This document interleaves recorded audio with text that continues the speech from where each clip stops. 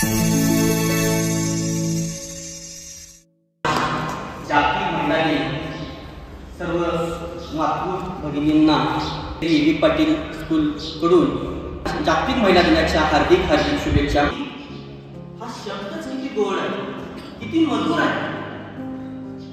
आ म्हणजे आत्मा, ई म्हणजे ईश्वर। आत्मा आणि ईश्वर यांचा मिलाप म्हणजे आई। आई मुलांच्यावर किती प्रेम करते हो, अफाट प्रेम असते। मुलाचंही आईवर प्रेम असतं, परंतु जसं वय वाढत जाईल मुलाचं तसं आईबरोबर त्याचा बोलण्याचा, त्याच्याकडे बघण्याचा जो दृष्टिकोन आहे तो बदलत जातो। जसं मुलाचं वय वाढतं त्याचं बोलणं आईबरोबर वेगळं होत जातं आणि ते मी या एक वाक्य नाटकामध्ये दाखवण्याचा प्रयत्न केला। व्यवस्थित दृष्टिकोन आहे। मी तुळशीदास तुमच्यासाठी सादर करत आहे एक वाक्य प्रयोग ज्याचं नाव आहे आई।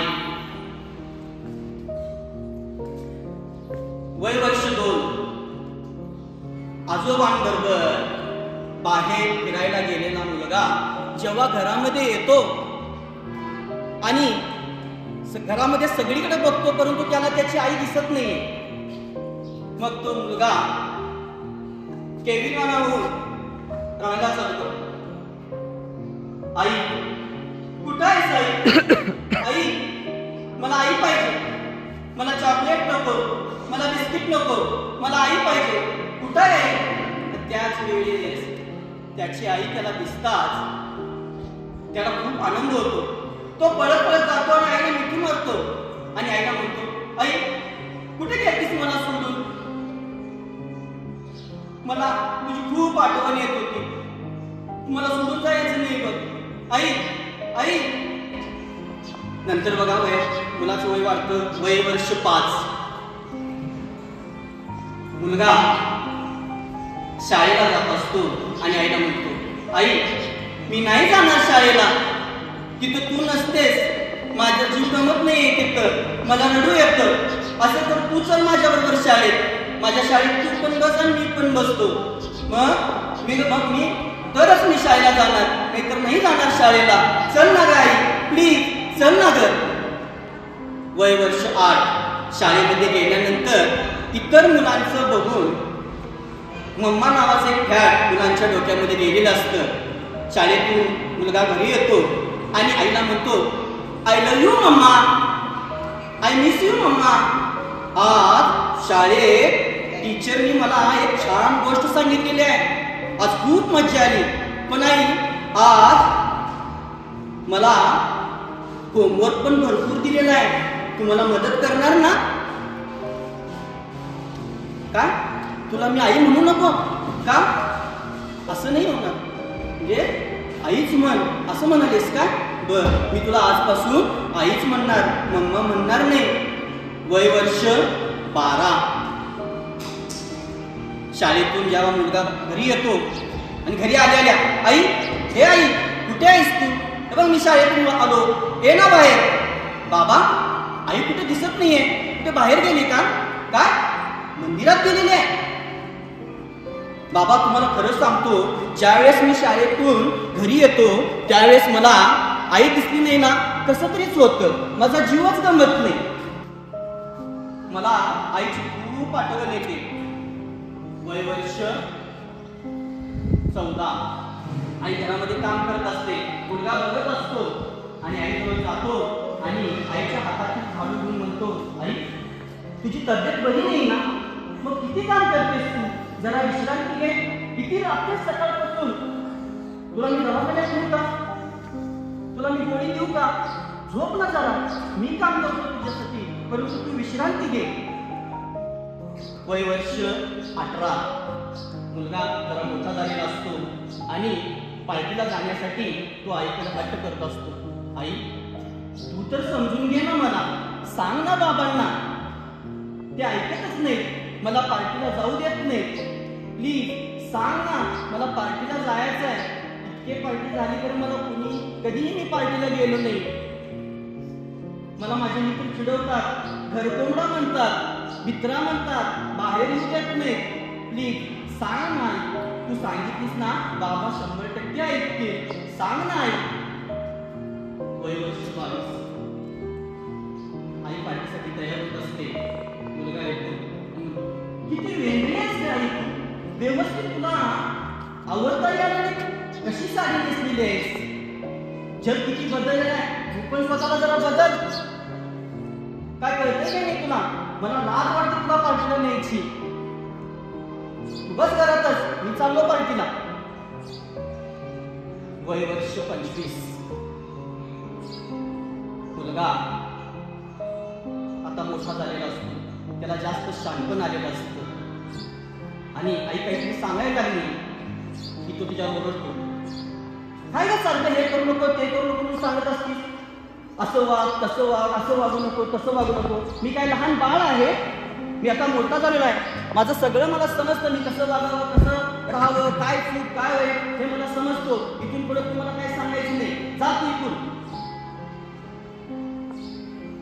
वय वर्ष 28.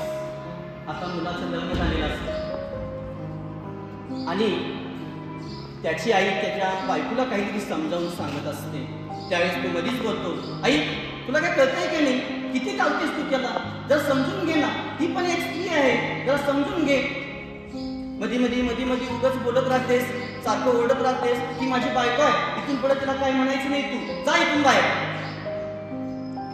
थोड्याच वेळानं आई बाहेर निघून जाते. वय वर्ष 30. त्याला मुलं होतात आणि तो आईला ओरडत असतो, आई ती पण एक आई आहे. तिला समजतं कसं वागायचं, कसं राहायचं, मुलांचा कसा सांभाळ करायचा. तू प्रत्येक वेळी गुडगुड कशाला करतेस. इथून पुढे मी तुला एक सांगतो. इथून पुढे तू कधीही मध्ये बोलायचं नाही. एक तर घरात बसून राहायचं, मी बाहेर जायचं. परत मध्ये यायचं नाही. आधीच सांगून ठेवतो. त्यानंतर तो कधीच आई बरोबर बोलला नाही. आईचा कधी त्याने विचार केला नाही. आई म्हातारी होत चाललेली आहे. आई आजारी आहे हे त्याला कधी कळलंच नाही.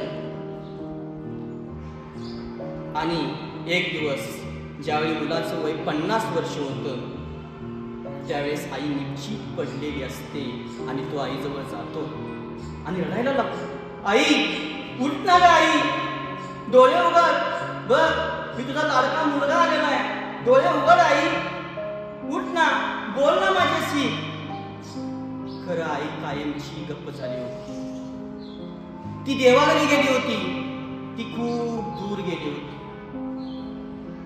आता रडून काही फायदा नव्हता. ज्यावेळेस आपण बोलायला पाहिजे त्यावेळेस त्यानं बोललं नाही आणि ज्यावेळी त्याला बोलायची इच्छा झाली त्यावेळी आई बोलू शकत नव्हती.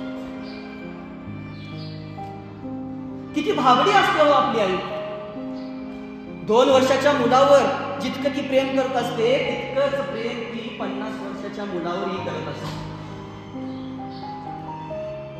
मुलगा मोठा झाला असला तरीही तो आईसाठी लहानच असतो आणि शेवटपर्यंत आई मुलाचाच विचार करत असते.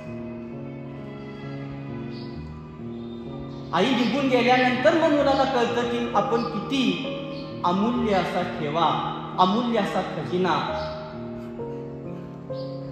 गमावला आहे. परंतु वेळ निघून गेलेली आहे. रडत बसण्यात काहीच अर्थ नसतो. म्हणून सांगतो मित्रांनो, म्हातारे जे आई वडील असतात ते बडबडतात. त्यांना समजून घ्या तरच तुम्ही खरे सुशिक्षित. नाहीतर ढीगभर डिग्र्या असून सुद्धा त्याचा काही उपयोग होणार नाही. विसरू नको रे आई बापाला. विसरू नको रे आई बापाला. झिजविल जानी काया, काया झिजवून तुझ्या शिरावर धरली सुखाची छाया रे वेड्या. मिळणार नाही पुन्हा आई बापाची माया. मिळणार नाही पुन्हा आई बापाची माया. तुला मिळेल बंगला माडी, शेतीवाडी मोटार गाडी. तुला मिळेल बंगला माडी, शेतीवाडी मोटार गाडी. आई बाप मिळणार नाही ही जाण राहू दे थोडी. म्हातारपणी त्या आई बापाला, म्हातारपणी त्या आई बापाला लावशील तूक मागाया. काया झिजून तुझ्या शिरावर धरली सुखाची छायर वेड्या. मिळणार नाही पुन्हा आई बापाची माया, मिळणार नाही पुन्हा आई बापाची माया. आई बाप जिवंत असता नाही तू केली सेवा, आई बाप जिवंत असता नाही तू केली सेवा. ते मेल्यावरती कशाला म्हणतोस देवा देवा. बुंदी लाडूच्या पंक्ती उठवशील, बुंदी लाडूच्या पंक्ती उठवशील नंतर तू जेवाया. काया झिजून तुझ्या शिरावर धरली सुखाची छायर वेड्या. मिळणार नाही पुन्हा आई बापाची माया, मिळणार नाही पुन्हा आई बापाची माया. विसरू नको रे आई बापाला झिजविली ज्यानी काया. काया झिजून तुझ्या शिरावर धरली सुखाची छायर वेड्या.